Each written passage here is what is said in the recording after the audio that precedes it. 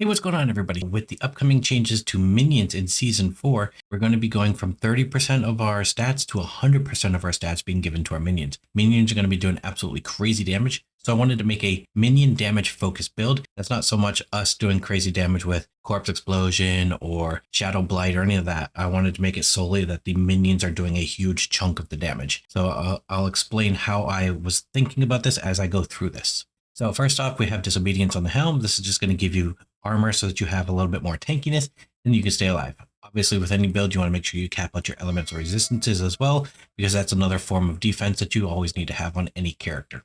On the chest, I went with Occult Dominion, which is going to give you increased mages and warriors by 2. So I like that they combined these aspects together because it freed up an aspect slot that I think this should have been this way since the very beginning. Reanimations on the glove will make it so that your minions gain 40% increased damage after they've been alive for at least 10 seconds. Hardened Bones is going to make so you and your minions are going to get 20% increased damage reduction. Flicker Step is going to make it so that your ultimate cooldown is going to come back much faster. Now it says up to 10 seconds, but that's per evade. There is no cooldown on this, so you can evade through a pack of mobs multiple times, and you're going to get your ultimate back much quicker. Splintering aspect on the weapon, because we are playing Bone Spear in this one, specifically because there is a change to the skeletal mages that make it so they're able to cast Bone Spears. So we have to have Bone Spear on our bar, so we might as well get the increased damage to vulnerable enemies from this. Unyielding Commander on our necklace, which is going to make it so our Army of the Dead minions gain a humongous chunk of damage and take 90% reduced damage. Now, the tooltip on here doesn't update whenever you put on your amulet, but it is 150%, so 126% increased damage from your minion. So it's going to be huge. I put Requiem aspect on this ring. You could also use Sacrilegious Soul if you wanted to, recast a minion if one of your minions happens to die. Since it's the only ability it would be using is that, I felt it would not be as important as Requiem aspect, because Requiem aspect is going to increase your maximum essence, which means you will be able to fire off more Bone Spears before needing to get essence back. We are taking Imperfectly Balanced, so you are going to be actually using more essence but getting more damage because of that, so a larger essence pool is just going to be beneficial. Ring of Mendelin, because this is minion build, and they've changed it from Lucky Hit to every 6th attack from your minions is basically going to proc the Ring of Mendelin. I don't know if it's Mendelin or Mendelin, but every time I say Mendelin, I feel like I'm going to bite my tongue, so I'm sticking with Mendelin for now for the safety of my mouth. Every 6th attack is huge, so if you have 12 minions up, and that's every 6 attack from each minion. So this is going to be going off like crazy. And one of the potential changes, if the skeletal mages, whenever I get into the Book of the Dead in one quick second, if they are not able to survive, I'm going to switch to the shadow ones, and I'll show you that. And finally, we have Aspect of Frenzied Dead. This is going to make it so each time one of your minions damages an enemy, they gain up to 42% attack speed. So if they're attacking faster, these 6 attacks comes faster, which means the Ring of Mendelin is going to be proccing a lot more often. So between Bone Spear and the Ring of Mendelin, that's going to be your damage that you're outputting. Everything else is going to be the minions' damage that they're outputting. So it's kind of cool. So you need to scale your personal damage to scale the Ring of Mendelin damage. So remember that. So we'll have an Emerald on our weapons. So it's going to make you do increased critical strike damage to vulnerable enemies. Rubies in the armor so you can get the max life, and whatever actual resistance gems you need, make sure you have those in place. I just have diamonds to show you that in your jewelry you need to be focusing on your maximum resistances. Our skills are as such: Decrepify, Golem, Grey Skeleton, Army of the Dead, Decompose, and finally Bone Spear. For the Book of the Dead, we're going to go with Warriors number 1. It's going to make it so that they taunt enemies every 6 seconds. Now, if you're having trouble with your warriors staying alive, you can take number 2. It's going to make it so they take 99% reduced damage. However, they will no longer be taunting enemies. Now, if you know you're coming up to a boss room, and if your minions are a little squishy on bosses because maybe you don't have all the pieces in line or all the Paragon points in line, I would switch to this right before the boss room. Just make sure you have enough corpses to spawn all your guys, because as soon as you change the ability, all of your skeletal warriors will despawn. So make sure you have at least 5 or 6 corpses on the ground, spawn all of your warriors back up, taking 99% reduced damage, and now they're not going to die to a boss. For our mages, this is why we're taking Bone Spear.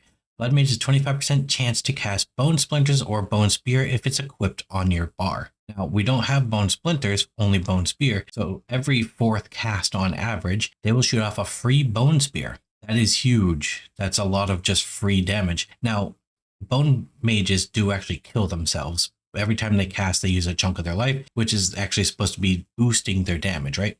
Now, if they're not able to survive because they're killing themselves faster than the Skeletal Priest can heal them, then we're going to switch over to Shadow Mages number 2 to get an additional Shadow Bolt, which will proc Ring of Mendelin more often because it's counted as a second attack. This is also an option if you want to focus more on having the Ring of Mendelin damage rather than the Bone Spear damage. And if that's the case, you could also switch out Bone Spear to an ability that you like better, whether it be Blight or Blood Lance, whatever the case may be. And for the Golem, we went Iron Golem. Grade number 2 makes it so whenever they do their slam, it also pulls all the enemies in. As you can see, we're not taking Corpse Tendrils. So this is going to be your AoE pick grip to pixel all of the mobs on top of the Golem. Golem also, whenever he hits, he stuns enemies. So he's going to grip and stun. It's basically the exact same thing as Corpse Tendrils. Now, we're going to be using Decrepify for cooldown reduction. So we're going to be able to cast this quite often. If we didn't want to use Decrepify, then we could technically run Corpse Tendrils and switch this out to number 1, which would give it 154% increased damage. Now, I don't know how much damage the Golem actually is going to be doing, so I can't attest to how big of a slam this is. I will definitely be testing this on the PTR and find out, and I will let you guys know. All right, to the skill tree. So we're actually going to Decompose. They made a huge overhaul to Decompose, and it was always my favorite basic skill anyways, because it's a cool channel. Now, what it used to do is it used to be able to actually boost your damage for your minions. They removed that. However, what they do have now is every 1 second is going to form a corpse. Whenever you have enhanced, it's going to cause an explosion on that corpse.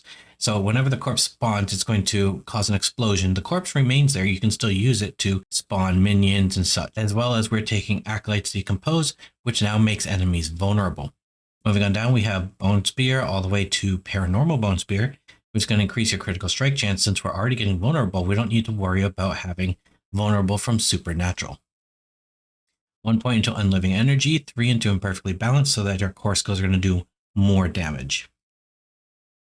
3 points into Skeletal Warrior, it's going to increase their damage and life. 1 point into Grim Harvest, so we can get 3 points into Fueled by Death. So every time we consume a corpse, which we will do every time we spawn a priest, which you want to be doing basically every 5 or 6 seconds anyways to keep your minions' damage buff rolling. So you're just going to get a 9% increased damage for free. 3 points into Amplify Damage, so that you can get the 12% increased damage to cursed enemies. 1 point into Decrepify, all the way to Abhorrent Decrepify. This is going to give you cooldown reduction whenever you hit mobs. Well, it's a lucky hit chance, but 15% chance to reduce cooldown by 1 second. The more mobs there are, all of those can technically proc it. So if you have a large pack of mobs and you hit them with a Bone Spear, it could actually take like 5-10 seconds off of a cooldown. So this is what's going to get your Golem's on-use ability back to be able to pull in mobs and stun them. 3 points into Skeletal Mage Mastery, the same as Warriors, increases life and damage. 3 points into Serration to increase your critical strike with bone skills. 3 into Compound Fraction, so after you've crit 10 times, your bone skills are going to deal 15% more damage. And then 3 points into Avulsion, and this is going to make so your bone skills increase critical strike damage to vulnerable enemies. All right, 3 points into Golem Mastery to increase your Golem's life and damage. Max out Army of the Dead. This is going to it'll spawn any minions that you're missing, and it also will spawn volatile skeletons that kind of run and explode. It's just free damage. And also we have the Unyielding Commander aspect, which is going to increase your minions' damage as well as reduce their damage taken. So they're just going to be pumping out a crap ton of damage during that. Inspiring Lead is going to make it so it's going to increase your critical strike chance by 12% and your minions' critical strike chance by 18%. 3 points into Hellbent Commander, you're probably going to be hanging back mostly with your mages. And your mage is going to be doing very large damage since we have the mages that are shooting off free bone spears. And this is going to make it so that it's going to increase their damage by 45% multiplicative. So it's going to actually be huge bonus damage to them. Death's Defense is going to make it so your minions stay alive longer, increase armor and elemental resistances. And then Bonded in Essence is going to make it so whenever you do heal, since we are using those mages that kill themselves, it's going to heal them for more health. So it's going to keep them alive longer and more efficiently. And then last but not least, we have Kalen's Edict. They gave this one a huge overhaul. It used to be while you are healthy, your minions gain attack speed. Now your minions just gain attack speed for each active minion. 3% per active minion. If you have 12 minions, that's 36% increased attack speed for your minions. That's huge, which means they're going to be proccing Ring of Mendelin more often. Your mages will be firing off more bone spears because they're attacking more often, which means 25% procs more often. Overall, this is going to massively increase your damage. Now, if you need to get rid of Bone Spear because the mages are actually killing themselves too quickly, you can actually swap out to Blight, swap out to Shadow Blight here, move Unyielding Commander over to your weapon since you'll no longer be using Bone Spear. And then for this last one, you can put in the new amulet, which is Ebon Piercer. And Ebon Piercer is going to make it so whenever you shoot out Blight, it shoots out 4 smaller projectiles that pierce enemies and deals shadow damage over 3 seconds. So if you don't like the Bone Spear playstyle, or the mages are killing themselves too quickly, then you want to swap over to Shadow Mages upgrade number 2 and swap these pieces around. But again, I'm going to test all of this on the PTR, and I will definitely make an update video letting you know if this is a good viable build or not. But the way that it looks so far, to me, I think it's going to be a very viable build. All right, on to the Paragon. So in the very first board, we're going to put Amplify. You can just follow my path up. But we're going to put an Amplify here. Amplify increases all of the blue nodes around. So the armor nodes and the plus damage percent nodes, those are just increased for free. You only need to put in the 40 points here. I know a lot of people like to put the control node in here first, but realistically, it works better in a different board. All right, second board we're going to do is actually Cult Leader, and we're actually going to put the Dead Razor glyph into that one because Dead Razor glyph is literally made for the Cult Leader board. Having any other glyph inside of this board is just going to nerf your damage, because this one makes it so that Paragon nodes within range gain 100% bonus to their minion damage and damage reduction modifiers. So you have damage reduction right here, and these nodes around are all damage reduction for your minions. And like over here is damage increase for all of your minions. So that's why I said, if you use the Cult Leader board, the Dead Razor glyph is mandatory on this board, or else you're just nerfing all of your damage for your minions. And then up here, you want to path over and you want to grab the minion damage here. You want to go over and grab the warrior damage here. Up here is the skeletal mage damage. Over here is some more armor and survivability for them. So it's going to increase the armor, maximum life, and just overall, this is a huge tanky little cluster for your minions. All right, next up, we went for the Bone Graft board, and this is actually going to be huge for your Bone Spear. So if you're not going to use Bone Spear, you would switch this board with Wither, and obviously the whole pathing is going to change. However, I am using Bone Spear for the initial testing and for the PTR.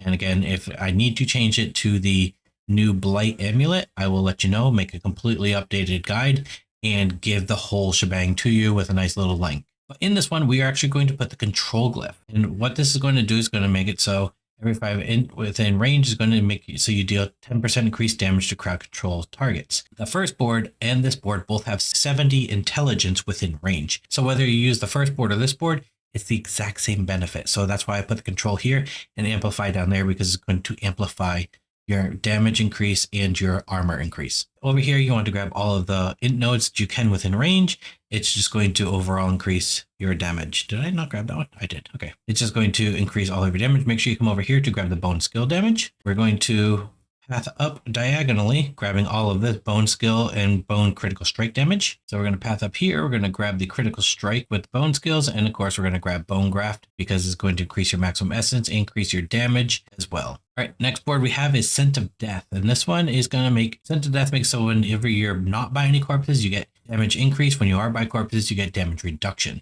It's just a no-brainer board for almost any necro build because you're always surrounded by corpses, or if the mobs are away and you're using Bone Spear from a distance, you're not by corpses, so you're going to just deal 15% increased damage for free. You're going to want to grab the cluster up here. It's going to do damage to healthy. We're trying to one-shot people as much as possible. So definitely good little cluster to grab right here. In this board, we're actually going to put the Mage Glyph. I know most builds don't use the Mage or Warrior Glyph because minions have been so bad. But I really wanted to focus on getting the minion damage maximized as much as possible. So every 5 int purchased within range is going to increase the damage your skeletal mages deal by 13.2%. Technically, you want to multiply this by 12 because we have 60 int within range. It's 158.4% damage increase for your skeletal mages. This is absolutely massive damage increase. All right, and the final board we're going to do is the Bloodbath board because there's a really close note here. And in this one, we're putting the Warrior Glyph. Same thing as the Mages. It's going to basically increase the damage your warriors deal by almost 20% per 5 dexterity within range. We have a total of 45 usable dexterity. The extra 4 doesn't really matter. So this is just shy of 180% damage increase for your skeletal warriors. Your minions are going to be doing so much damage because of the aspects you got, the glyphs we have set up. Everything is going to make it so your warriors and your mages are going to be doing massive amounts of damage. We're using the golem as more of a utility tool. He's going to be stunning. He's going to be gripping the mobs in. You're going to be supporting your minions. You're going to be shooting off bone spears. Bone spear is already a really good skill all in its own. And overall, I think this is going to be an extremely fun build to play. I'm going to test it all out in the PTR. What I suggest if you are going to play the PTR, make multiple necromancers.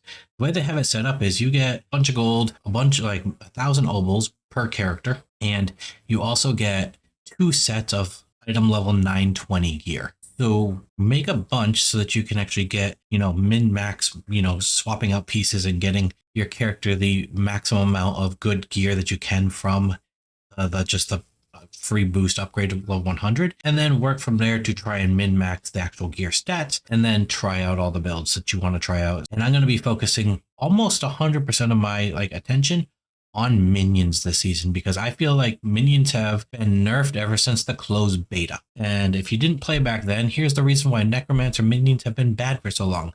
In the closed beta test, the very first time they released the Necromancer to the public to be able to play, minions were very strong, albeit the maximum level is only 25. Minions are extremely strong in the early levels regardless. And they said minions are going to taper off at endgame. They nerfed them anyways. And they nerfed them extremely hard and may have made minions just junk this entire time. Well, now minions are finally going to be super buffed back up to where they should be and going to be finally a viable, thing to play as a class that's meant to raise the dead and command an undead army of minions. So this is an extremely exciting season for me because I've been waiting for them to fix minions for a long time, and I'm really excited. So look out for more builds in the future. Drop a sub down below if you're not subbed so you can get updated whenever I post them. I always make sure to check the little box that says push out to your subscriber. So if you want, you can also click the little bell, you get notified, and then you can see whenever I put out new builds. And yeah, hope to see you guys in the next video. Happy hunting. Bye.